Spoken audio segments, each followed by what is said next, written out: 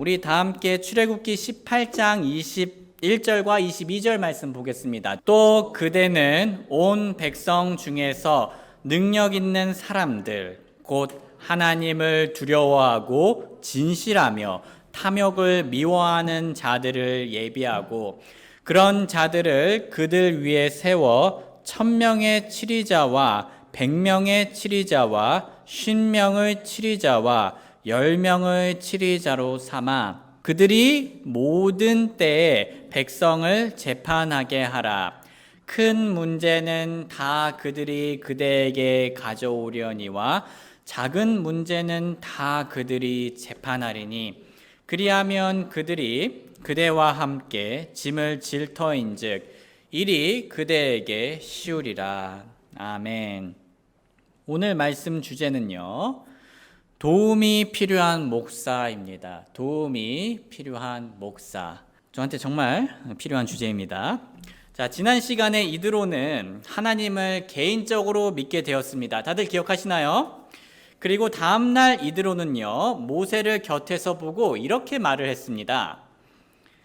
다음날 모세는 백성을 재판하기 위해 앉았고 백성은 아침부터 저녁까지 모세의 곁에 섰으므로 모세의 장인이 그가 백성에게 행한 모든 일을 보고 이르되 그대가 이 백성에게 행하는 이 일이 도대체 무엇이냐?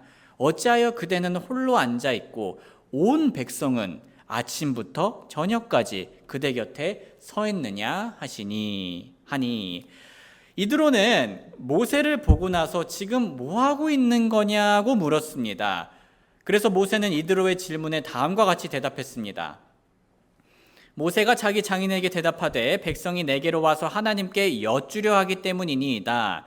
그들이 일이 있으면 내게로 오고 내가 이 편과 저 편 사이에서 재판하여 그들이 하나님의 법규와 그분의 법들을 알게 하나이다 하매. 모세의 말을 요약하자면 그들에게는 이스라엘 백성들에게는 제가 필요하고 저는 그들에게 어떻게 해야 하는지 알려줍니다 라고 말한 겁니다. 그러자 이드로는 모세의 지나치게 많은 업무량을 보고 다음과 같이 대답했습니다. 모세의 장인이 그에게 이르되, 자, 무엇이라 말을 합니까? 다 같이 읽어보겠습니다. 시작. 그대가 행하는 일이 좋지 아니하도다. 성도님들, 모세는 정말 열심히 했습니다. 그런데 왜 이드로는 열심히 일하는 모세에게 그대가 행하는 일이 좋지 않다고 말을 한 걸까요? 모세가 하나님과 하나님의 사람들을 위해 열심히 일한 것 자체는요, 당연히 문제가 되지 않습니다. 하지만 그가 너무 과하게 일을 감당하고 있는 것은 분명 큰 문제가 되었습니다. 왜냐하면 그 결과는 불보듯 뻔하였기 때문이죠. 이드로는 만약 모세가 이대로 계속 그런 식으로 일을 한다면 결국 모세와 이스라엘 백성 모두 지칠 것이라고 말하였습니다. 같이 읽어보겠습니다. 시작. 그대와 또 그대와 함께한 이 백성이 다 분명히 지치리니 이 일이 그대에게 너무 무거우니라. 그대가 이 일을 홀로 행할 수 없도다. 오늘날 표현으로 말하자면 이드로는 모세에게 번아웃을 경고하고 있는 겁니다. 번아웃이 무엇입니까? 일에 지나치게 몰두하던 사람이 극도의 신체적 피로와 정신적 피로를 얻게 되어 무기력증과 자기 혐오에 빠지게 되고 또 결국 일을 거부하게 되는 것입니다. 이대로라면 모세는 결국 번아웃이 와서 스스로 무너지거나 일의 효율이 급격히 떨어져서 사람들의 원망과 불만을 살 운명이었던 겁니다. 장기적으로 볼 때 모세와 또 그들 모두에게 결코 지혜롭지 않았던 거죠. 소중한 형제 자매님들, 오늘날 목회자의 역할과 모세의 역할이 정확히 일치한다고 할 수는 없겠지만 중요한 공통점이 있습니다. 당시 모세는 이스라엘 백성들을 돌보고 하나님을 기쁘게 하는 삶을 살도록 알려주었습니다. 목회자도 마찬가지입니다. 오늘날 목회자는 교회 지체들을 영적으로 돌보고 하나님을 기쁘게 하는 삶을 살도록 알려줍니다. 이런 의미에서 모세와 목회자는 모두 목양을 하는 겁니다. 그런데 이런 목양에는 한 가지 중요한 특징이 있습니다. 그건 바로 홀로 감당하기에는 어렵다는 겁니다. 모세가 얼마나 뛰어난지를 떠나서 이스라엘 백성을 돌보는 것은 혼자 해낼 수 없는 일이었습니다. 이처럼 목회자가 얼마나 뛰어난지를 떠나서 교회를 돌보는 것은 혼자 해낼 수 없는 일입니다. 심지어 예수님을 직속 제자들이었던 사도들도요, 이 부분에서 어려움을 겪었습니다. 사도행전 1장 1절과 이거 구절이 잘못됐네요. 죄송합니다. 그 무렵에 제자들의 수가 크게 늘어났는데 그리스말 하는 사람들이 자기들의 과부들이 날마다 주는 배급에서 빠짐으로 히브리 사람들에게 불평을 터뜨리니라. 이에 12사도가 제자들의 무리를 자기들에게 불러 이르되 우리가 하나님의 말씀을 버려두고 상을 섬기는 것은 합당치 아니하니. 당시 목회를 하던 사도들은 모든 과부들을 돌볼 수 없어서 좋은 간증과 능력이 있는 사람들을 뽑아서 그들에게 도움을 받았습니다. 같이 읽어보겠습니다. 시작. 그러므로 형제들아, 너희는 너희 가운데서 정직하다는 평판이 있고 성령님과 지혜가 충만한 사람 7을 찾아내라. 우리가 이 일을 그들에게 맡기고 오직 우리는 계속해서 기도와 말씀 사역에 전념하리라 하니라. 정리하자면 그 뛰어났던 모세와 예수님의 제자들이었던 사도들까지 목회 사역을 하는데 이렇게 도움이 필요했다면 오늘날 목회자들도 당연히 교회 안에서 도움이 필요합니다. 왜냐하면 목사들은 사도들처럼 기도와 말씀 사역만으로도 벅찬 경우가 허다하기 때문입니다. 형제 자매님들, 잠시 진솔한 얘기를 해보겠습니다. 저는 목회자가 교회 성도님들보다 더 바쁘다고 말하는 것이 적절치 않다고 생각합니다. 다시 한번 얘기해 보겠습니다. 저는 목회자가 교회 성도님들보다 더 바쁘다고 말하는 것이 적절치 않다고 생각합니다. 제 생각에는요, 분명 여기에 그리고 유튜브로 보시는 분들 중에 저보다 더 바쁜 분들이 계실 겁니다. 저는 우리 성도님들께서 평소에 정말 열심히 일하신다는 것을 압니다. 더 정확하게 말하자면 우리 성도님들께서는 제가 예상하는 것 이상으로 열심히 사실 겁니다. 그렇죠? 이건 직장에 다니시는 분들뿐만 아니라 집안을 돌보는 모든 분들을 포함해서 얘기하는 겁니다. 아시다시피 집안일을 정말 제대로 하려면 진짜 쉽지 않습니다. 해도 끝이 없습니다. 지혜도 필요하고요, 노동력도 필요하고요. 또한 저는 직장인들과 가정을 돌보는 분들뿐만 아니라 우리 고등학생 그리고 대학생 형제 자매님들도 동일하게 열심히 산다고 생각합니다. 과제 준비해야 하고 시험 준비해야 하고 여러 가지 준비할 게 너무 많은 걸 알고 있습니다. 제가 만약 그걸 모른다고 말한다면요, 개구리 올챙이쪽 기억 못하는 것과 같겠죠. 그래서 저는 우리 학생 형제 자매님들이 특별히 너무 바쁜 기간 동안에 교회에 못 나오는 것을 충분히 이해합니다. 물론 그렇게 바쁜데도 불구하고 경배에 나오는 학생분들이 있다면 대단하다 박수 쳐주고 칭찬합니다. 하지만 그렇다고 해서 시험 기간과 같이 바쁜 기간에 못 나오는 학생분들을 함부로 판단하지는 않습니다. 다시 말해, 바쁜 중에 나온 사람들은 칭찬해 주려 하고 바쁜 중에 못 나온 사람들은 이해해 주려 합니다. 왜냐하면 저는 그분들이 제 상상 이상으로 바쁘다는 것을 알고 있고 경배에 나올 수 있으면 최대한 나오려고 하는 형제 자매님들이라는 걸 믿기 때문입니다. 정리하자면 저는 목회자가 교회 성도님들보다 더 바쁘다고 말하는 것이 적절치 않다고 생각합니다. 왜냐하면 우리 형제 자매님들은 제가 보지 못하는 곳에서 정말 열심히 인생길을 뛰고 계시기 때문입니다. 그래서 만약 저 같은 목회자가 형제 자매님들께 저보다 안 바쁘시잖아요 라고 말하는 건 매우 신뢰되는 행동입니다. 그렇죠? 상상해 보시길 바랍니다. 제가 여러분들 앞에 와가지고 별로 안 바쁘시죠? 라고 말하면 그게 얼마나 상처가 되고 기분 나쁘시겠습니까? 그런데 형제 자매님들, 반대로도 마찬가지입니다. 만약 어떤 사람이 목회자에게 와서 저보다 안 바쁘시죠? 라고 말하는 건요, 목회자에게 매우 신뢰되는 행동입니다. 마치 목회자를 일주일에 한두 번만 보니까 별로 할 일 없는 사람처럼, 시간이 넘치는 사람처럼 여기면서 말입니다. 참고로 우리 교회에서 저에게 그렇게 말하신 분은 없습니다. 제가 그런 말을 들어서 오늘 설교하는 게 아니에요. 오늘 설교 본문이 연관이 있어서 얘기하는 겁니다. 그리고 그렇게 말하는 분들이 없을 뿐만 아니라 그렇게 생각하시는 분들도 없다고 저는 확실히 믿습니다. 이렇게 확실히 믿는다고 얘기할 수 있어서 너무 감사할 뿐이에요. 그런데 안타깝게도 우리 교회가 아니라 여러 교회들을 보다 보면 그렇게 생각하는 분들이 간혹 있습니다. 이건 제 중학생 때 경험인데요. 어느 성도님이 제가 미래에 장래에 목사가 되고 싶다는 걸 안 후에 저한테 이런 식으로 말을 했어요. 목사 그거 아무나 할 수 있는 거 아니야? 라고 하면서 말이죠. 그때 저는 그 말이 한 교회의 성도의 입에서 나와서 참 당황스러웠고 마음이 아팠습니다. 그 교회 목사님 되게 부지런하고 헌신적이거든요.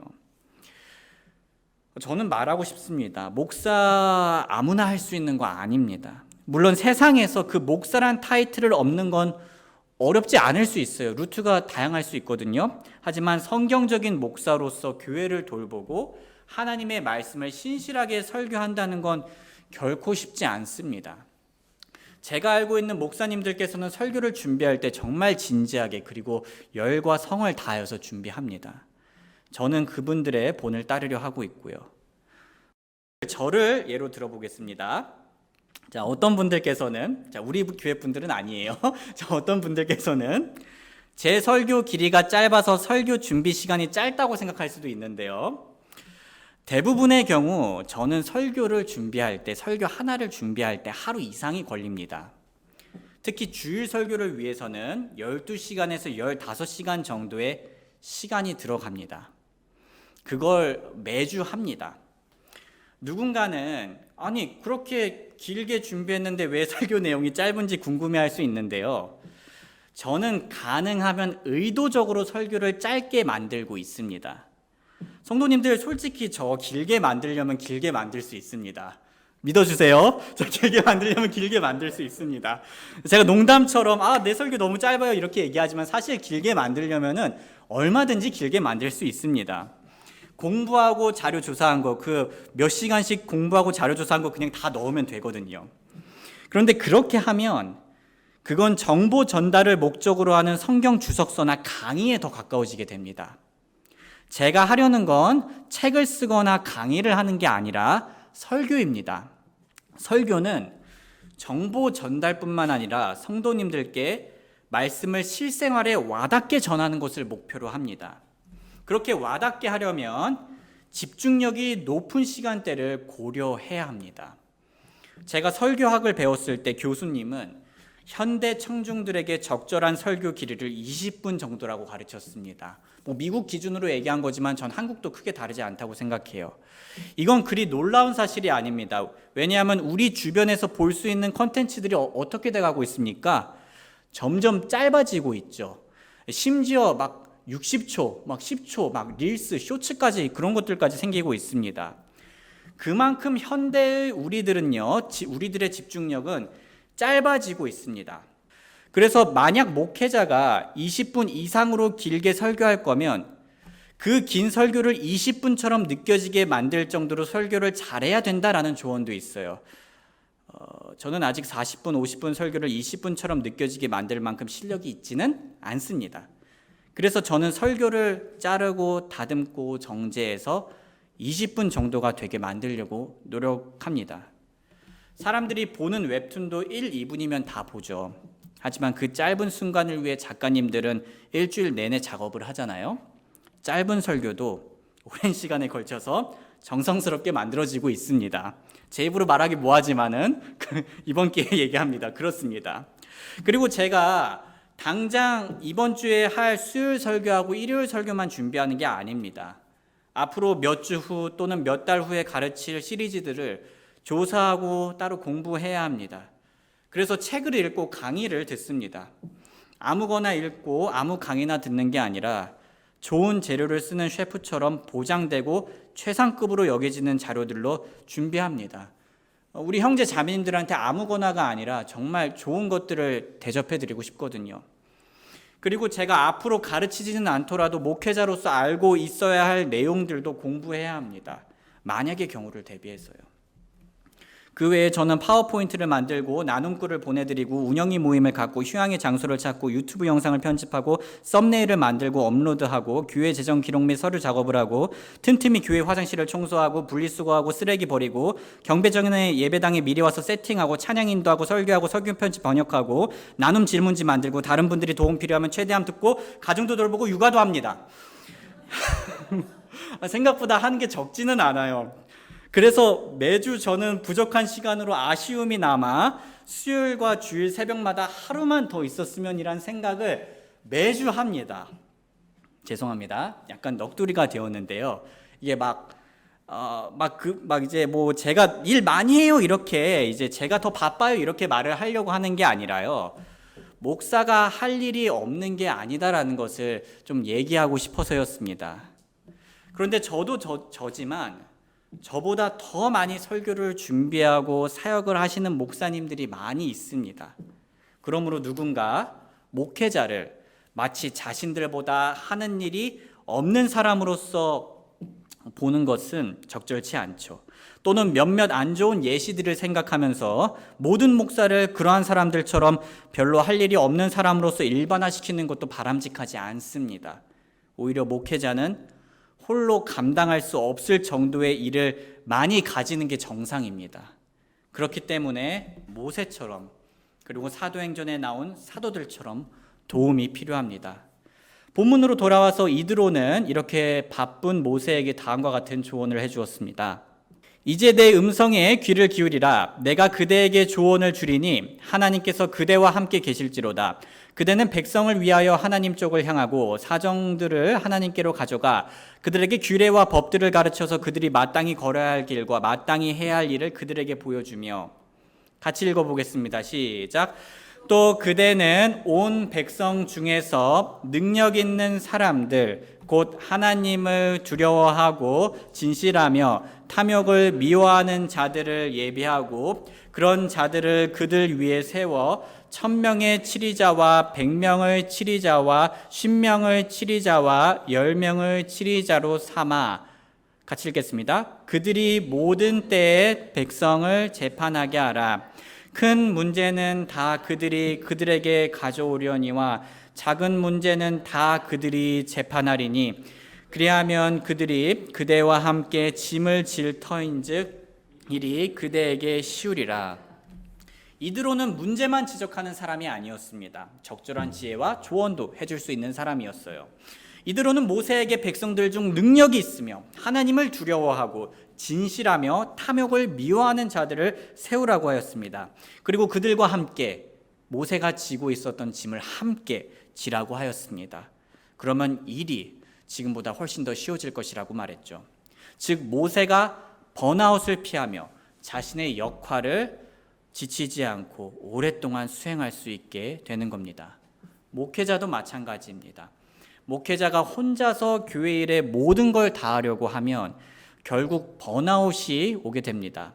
하지만 모세처럼 목회자도 교회 형제 자매님들 중에서 능력을 가지고 있으며 하나님을 두려워하고 진실하며 탐욕을 미워하는 분들께 도움을 받을 수 있습니다. 너무 감사하게도요, 이미 우리 형제 자매님들 중에서는 자원하셔서 혹은 제가 부탁드려서 여러 가지 일을 이미 많이 도와주고 계십니다. 경배가 시작되면 문을 닫아주시고 방송을 담당해 주시고 저희 아이들을 돌봐주시고 피아노를 연주해 주시고 신실하게 자리에 앉아서 집중해 주시고 이것도 정말 큽니다.